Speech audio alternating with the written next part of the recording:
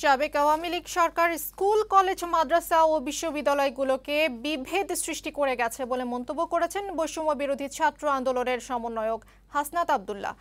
সকালে বান্দরবান শহরের ক্ষুদ্র নৃগোষ্ঠী সাংস্কৃতিক ইনস্টিটিউট মিলনায়তনে এক মতবিনিময় সভায় তিনি কথা বলেন। এ সময় বান্দরবানের শিক্ষা, স্বাস্থ্য ও যাতায়াত ব্যবস্থার উন্নয়ন এবং পাহাড়ে চাঁদাবাজি বন্ধে করণীয় নিয়ে প্রধান উপদেষ্টার সঙ্গে কথা বলবেন বলে জানান হাসনাত আব্দুল্লাহ। যে কোনো ষড়যন্ত্র মোকাবেলায় সবাইকে সজাগ থাকার আহ্বান জানান এই সমন্বয়ক। আমরা শিক্ষার্থীদের কাছ থেকে অন্তর্বর্তীকালীন সরকারের কাছে আহ্বান জানাবো, ঢাকায় বসে মানুষ যেই শিক্ষাটি পাচ্ছে সেই একই মানের শিক্ষা আমাদের বান্দরবনে পৌঁছে দিতে হবে। সমতল এবং পাহাড়ে একই ধরনের আমাদের সার্ভিস ওরিয়েন্টেড শিক্ষা নিশ্চিত করতে হবে।